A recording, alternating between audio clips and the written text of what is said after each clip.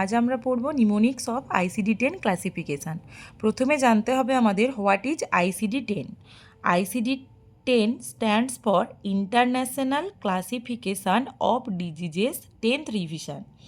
এটা একটা WHO classification কিসের জন্য? For all diseases and related health problems. এবার আজকে আমরা ICD-10 ক্লাসিফিকেশানের মধ্যে কি পড়ব? মেন্টাল হেলথ রিলেটেড প্রবলেমগুলোকে পড়ব। তো মেন্টাল হেলথ রিলেটেড যে প্রবলেম আছে সেই প্রবলেমগুলোকে আমরা ক্লাসিফাই করি কিসের সাহায্যে? চ্যাপ্টার এফের সাহায্যে। চ্যাপ্টার এফের সাহায্যে ক্লাসিফাই করা হয়, ঠিক আছে? তো এই যে চ্যাপ্টার এফে যে সাইকিয়াট্রিক ডিসঅর্ডারকে ক্লাসিফাই করা হয়, এগুলো হলো মেন্টাল অ্যান্ড বিহেভিয়ারাল ডিসঅর্ডার, যেগুলোকে কোডস করা হয় কি একটা আলফা নিউমেরিক সিস্টেমের সাহায্যে। সেই আলফা নিউমেরিক সিস্টেমটা হলো কোথা থেকে কোথায়? F00 থেকে F99। আলফা নিউমেরিক কেন বলেছে? এখানে এফটা অ্যালফাবেট হিসেবে ব্যবহার করা হচ্ছে, আর 00 থেকে 99 হচ্ছে নাম্বার, তার জন্য এটাকে বলেছে অ্যালফা নিউমেরিক কোড। এই অ্যালফা নিউমেরিক কোডের সাহায্যে কি করা হয়? ক্লাসিফিকেশান করা হয় কাকে? সাইকিয়াট্রিক ডিসঅর্ডারকে, যেটা কার আন্ডারে পড়ে? ICD-10 ক্লাসিফিকেশানের আন্ডারে পড়ে। এবং এই ICD-10 ক্লাসিফিকেশানটা কার দ্বারা করা হয়েছে? WHO দ্বারা করা হয়েছে, ঠিক আছে? এবার দেখো এই যে F00 থেকে F99, এটা যে একটা আলফা নিউমেরিক কোড, এর মধ্যে প্রত্যেকটা কিন্তু নটা করে নয় করে ডিভিশন আছে। যেমন F00 থেকে F09 মধ্যে কিছু ডিসঅর্ডার পড়বে, আবার F10 থেকে F19 মধ্যে কিছু ডিসঅর্ডার পড়বে, আবার F20 থেকে F29 মধ্যে কিছু ডিসঅর্ডার, F30 থেকে 39 মধ্যে থাকবে কিছু সাইকিয়াট্রিক ডিসঅর্ডার, 40 থেকে 48, এটা কিন্তু 49 হবে না, এটা 48 হবে, এর মধ্যে থাকবে কিছু সাইকিয়াট্রিক ডিসঅর্ডার, F50 থেকে 59 অবধি থাকবে কিছু সাইকিয়াট্রিক ডিসঅর্ডার, 60 থেকে 69 মধ্যে থাকবে কিছু সাইকিয়াট্রিক ডিসঅর্ডার, 70 থেকে 79 মধ্যে থাকবে সাইকিয়াট্রিক ডিসঅর্ডার, 80 থেকে 89 মধ্যে থাকবে কিছু সাইকিয়াট্রিক ডিসঅর্ডার, 90 থেকে 98 মধ্যে থাকবে কিছু সাইকিয়াট্রিক ডিসঅর্ডার, আর F99 আলাদা করে থাকবে সাইকিয়াট্রিক ডিসঅর্ডার। এইভাবে আমরা ক্লাসিফাই করেছি। তো প্রথমে দেখি F00 থেকে F09 মধ্যে কি থাকবে? Organic including symptomatic mental disorder. তারপরে থাকবে কি F10 থেকে 19 মধ্যে mental and behavioural disorders due to psychoactive substance use. F20 থেকে 29 মধ্যে থাকবে schizophrenia, schizotypal and delusional disorder. F30 থেকে 39 মধ্যে থাকবে মুড অ্যাফেক্টিভ ডিসঅর্ডারস। 40 থেকে 48 মধ্যে থাকবে neurotic, stress related and somatoform disorders. 50 থেকে 59 মধ্যে থাকবে behavioural syndromes associated with physiological disturbance and physical factors. আর 60 থেকে 69 মধ্যে থাকবে disorders of adult personality and behaviour. 70 থেকে 79 মধ্যে থাকবে মেন্টাল রিটার্ডেশন। 80 থেকে 89 মধ্যে থাকবে ডিসঅর্ডারস অফ সাইকোলজিক্যাল ডেভেলপমেন্ট। 90 থেকে 98 মধ্যে থাকবে behavioural and emotional disorders occurring in childhood. আর 99 মধ্যে থাকবে আনস্পেসিফাইড মেন্টাল ডিসঅর্ডারস। এই যে এইগুলোকে আমরা ইজিলি কীভাবে মনে রাখবো, সেই জন্যই আমরা কি পড়বো? নিমোনিক্স পড়বো। চলো দেখে নিই তাহলে সেই নিমোনিক্সটা কি। সেই নিমোনিক্সটা হলো don't say sorry my students behaviour personality মে সব চাঙ্গা। Don't say sorry my students behaviour personality মে সব চাঙ্গা, ঠিক আছে? এইটার সাহায্যে আমরা ইজিলি মনে রাখবো এই ডিজিজগুলোকে, মেন্টাল ডিসঅর্ডার্সগুলোকে। ফার্স্ট দেখো ডোন্ট, DO দেওয়া আছে, যেখানে D ফর হচ্ছে ওই যে ক্লাসিফিকেশান অফ এক্সাম্পল, মানে ক্লাসিফিকেশান অফ ডিজিজের এক্সাম্পল। D ফর মনে রাখবো কি? Delirium, dementia. এই দুটো হচ্ছে মেন ডিজিজ, যেটা কিসের মধ্যে থাকবে? ডির ফর থাকবে। আর O ফর কি? অর্গ্যানিক। ও ফর কি? অর্গ্যানিক। তাহলে ফার্স্ট যেটা F00 থেকে F09 মধ্যে কি পড়বে? Organic including symptomatic mental disorder. সেটাকে কিভাবে মনে রাখবো? ডোন্টের মাধ্যমে। যেখানে O ফর কি হলো? Organic including symptomatic mental disorders, আর D ফর কি? তার এক্সাম্পল, ডিজিজের এক্সাম্পলটা, যেমন কি ডেলিরিয়াম, ডিমেনশিয়া, এটা হলো গিয়ে কি ফর? D for. বোঝা গেল? তারপর S ফর কি আছে? সে, তাই তো? সে আছে, তারপর আছে কি? সে। এবারে S ফর কি হবে? Substance use disorder. Substance use disorder, এটা হচ্ছে কি মেন, যেটা হচ্ছে সাবস্টেন্স ইউজ করলে যেই মেন্টাল অ্যান্ড বিহেভিয়ারাল ডিসঅর্ডারটা হয়, তার জন্য F10 থেকে F19 মধ্যে কি mental and behavioural disorders due to psychoactive substance use.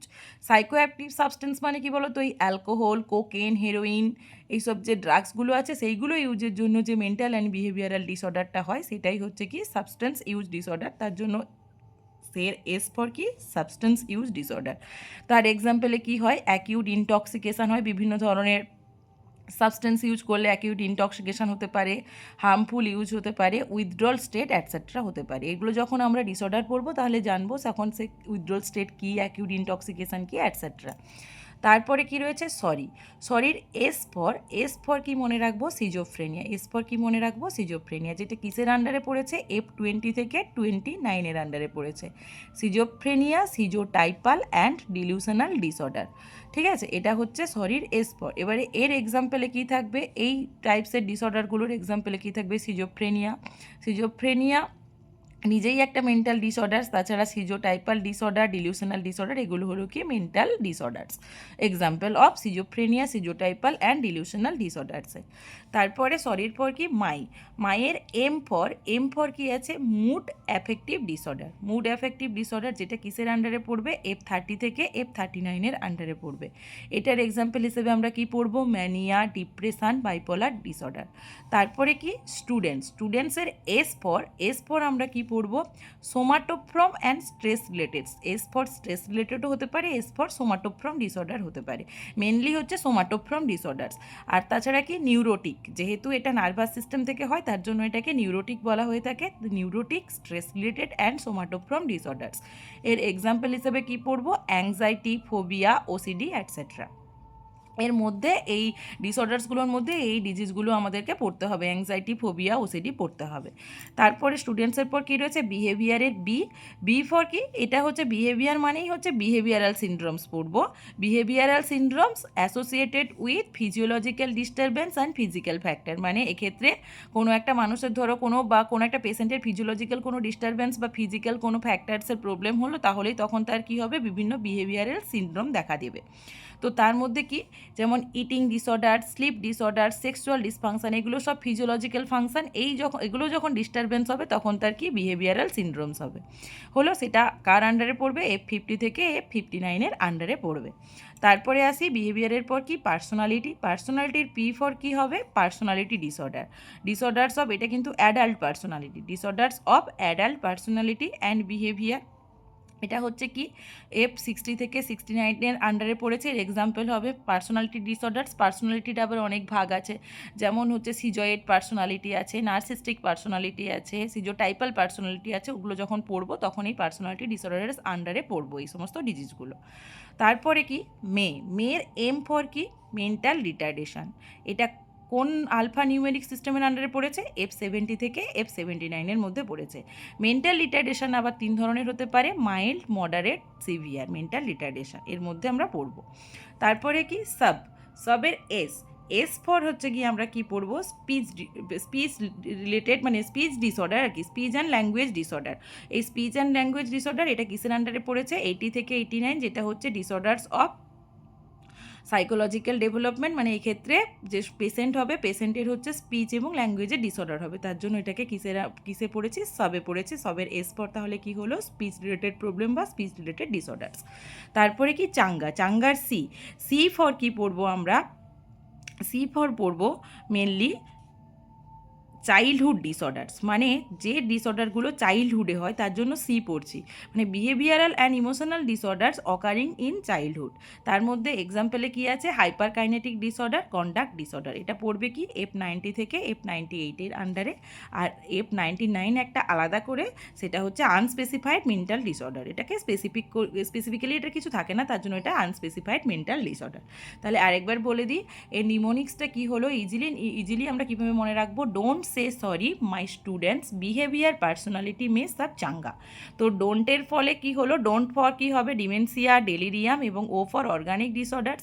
সের এস ফর কি হবে সাবস্টেন্স ইউজ ডিসঅর্ডার। সরির এস ফর কি schizophrenia, schizotypal and delusional disorders. মায়ের এম ফর কি মুড এফেক্টিভ ডিসঅর্ডার্স। স্টুডেন্টসের এস ফর কি সোমাটোফর্ম ডিসঅর্ডার্স। বিহেভিয়ারের B for behavioural syndromes associated with physiological disturbance and physical factors. পার্সোনালিটির পি ফর কি হবে adult personality and disorders and behaviour. আর মেয়ের এম ফর কি মেন্টাল রিটার্ডেশন। সবের এস ফর কি হবে স্পিচ রিলেটেড প্রবলেম বা স্পিচ রিলেটেড ডিসঅর্ডার্স, যেটা সাইকোলজিক্যাল ডেভেলপমেন্টের জন্য হয়। আর চাঙ্গার সি ফর কি চাইল্ডহুড ডিসঅর্ডার্স বা চাইল্ডহুড বিহেভিয়ার এবং ইমোশনাল প্রবলেম, বোঝা গেল। আর F99 for unspecified mental disorders. আশা করি তোমরা সবাই এই ভিডিওটি সহজে বুঝতে পেরেছো। যদি আমার ভিডিওটা ভালো লেগে থাকে তাহলে আমার ভিডিওতে একটা লাইক দিয়ে দাও, আর আমার চ্যানেলটাকে সাবস্ক্রাইব করো এবং কমেন্টে জানিও তোমাদের আর কোনো টপিক যদি বোঝানোর থাকে তাহলে আমি ইজিলি বোঝানোর চেষ্টা করব। Thank you.